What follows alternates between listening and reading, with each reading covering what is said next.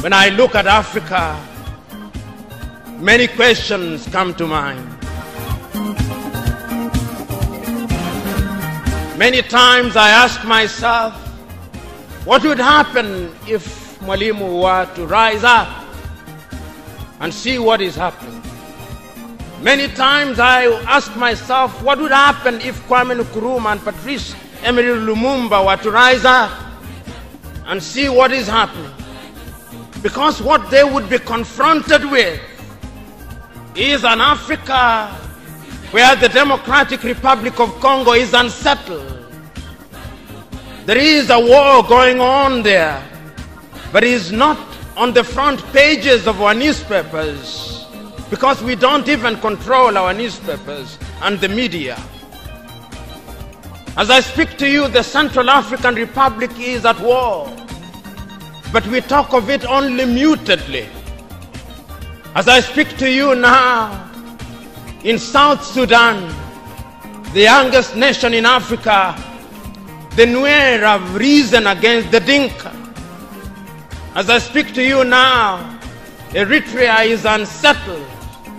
As I speak to you now, there is an ease in Egypt as there is an ease in Libya. In Niger, it is no better. In Senegal, in the Casamance, is no better. In Somalia, is no better. Africa is at war with herself. This is what they would be confronted with. They would be confronted with an Africa which statisticians and romantic economists say is growing, but which in truth is stagnated. That is the Africa that they would be confronted with. They would be confronted with an African which, as Professor Mlama intimated in our presentation here, is an African which is suffering from schizophrenia. He does not know herself.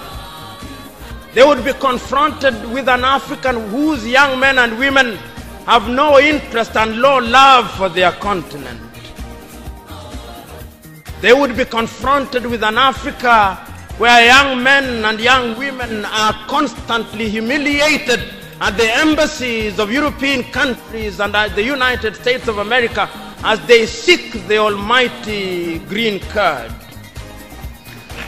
They would be confronted with an Africa where young men and women from Niger, Nigeria, Senegal, Mali, and Mauritania drown in the Mediterranean as they seek to be enslaved in Europe.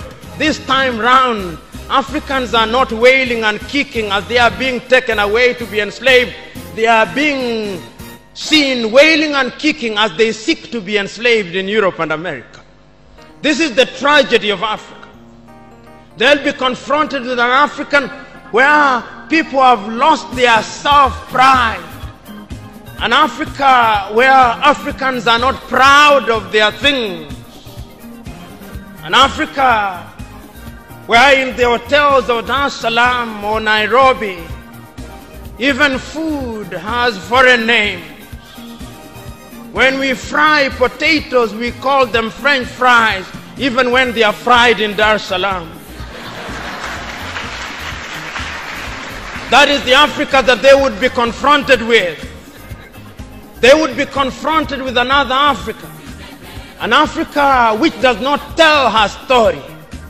An Africa whose story is told by Europe and America, the CNN, Radio Deutsche Welle, Radio France. That is the Africa they would be confronted with. They would be confronted with the young men and women who have no pride in Africa. When they want to enjoy themselves, they sing the praises of football teams from Europe and America. It is Manchester United. It is Arsenal. It is Real Madrid. And Barcelona, not Yanga, not Mufulira Wanderers, not Gor Mahia, not FC Leopards. No. That is the Africa that they would be confronted with. They would be confronted with an Africa which does not enjoy the theater and drama. That Africa celebrates Leonardo DiCaprio. It celebrates Angelina Jolie and Brad Pitt. The Africa does not celebrate Genevieve Naji of Nigeria, or Rita Dominic, or Lou Jacobs of Nigeria. It does not celebrate Bongowood or Nollywood or Riverwood. It celebrates Hollywood.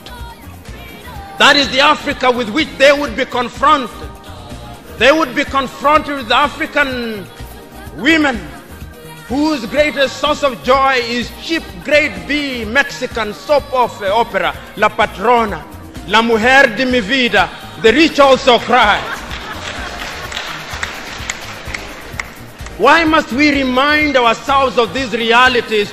Because throughout the ages, the battle has always been the battle of the mind. And if your mind is conquered, then you are going nowhere. And that is why in the ages of enlightenment in Europe, the great René Descartes said, cogito ergo sum, I think, therefore I am. And therefore, if Africans are to begin to make a contribution in their affairs, Africans must begin to think. But the question is, are we thinking? We have universities in their numbers. Tanzania has universities including Dar es Salaam. Nairobi has universities, as indeed Kampala, as indeed South Africa, Johannesburg. We have all these universities. We have engineers. But our roads are not being made by Tanzanian civil engineers. It is the Chinese who are present in this assembly who are making our roads.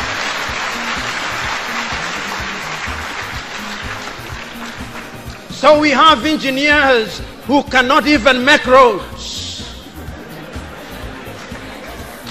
We have doctors whom we have trained.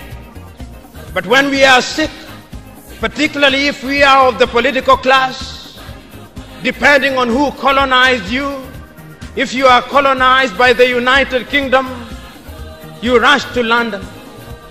If you are colonized by the French, you rush to Paris. If you are colonized by the Portuguese, you rush to Lisbon.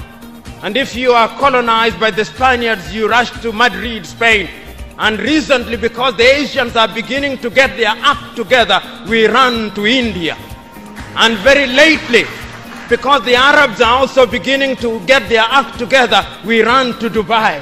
Notwithstanding that we have the Kenyatta hospitals of this country, the Muhimbilis of Tanzania, the Chris Hani Baragwanaths of South Africa, and the Mama Yemos of Kinshasa in Zaire or the Democratic Republic of Congo, but we have no faith in our doctors.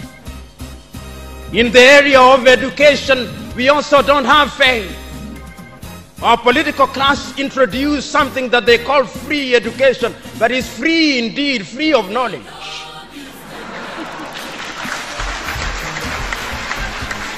Because they are so suspicious of those institutions that the typical African politician would not dare take their children to those schools. Their children will be educated in the British system, in the American system, so that when they graduate, they go to the United Kingdom, to the United States. Not that there is anything wrong with those institutions, but the agenda is wrong because our leaders long lost the script and ought to be described for who they are, our misleaders. But we are co-authors of our own misfortune.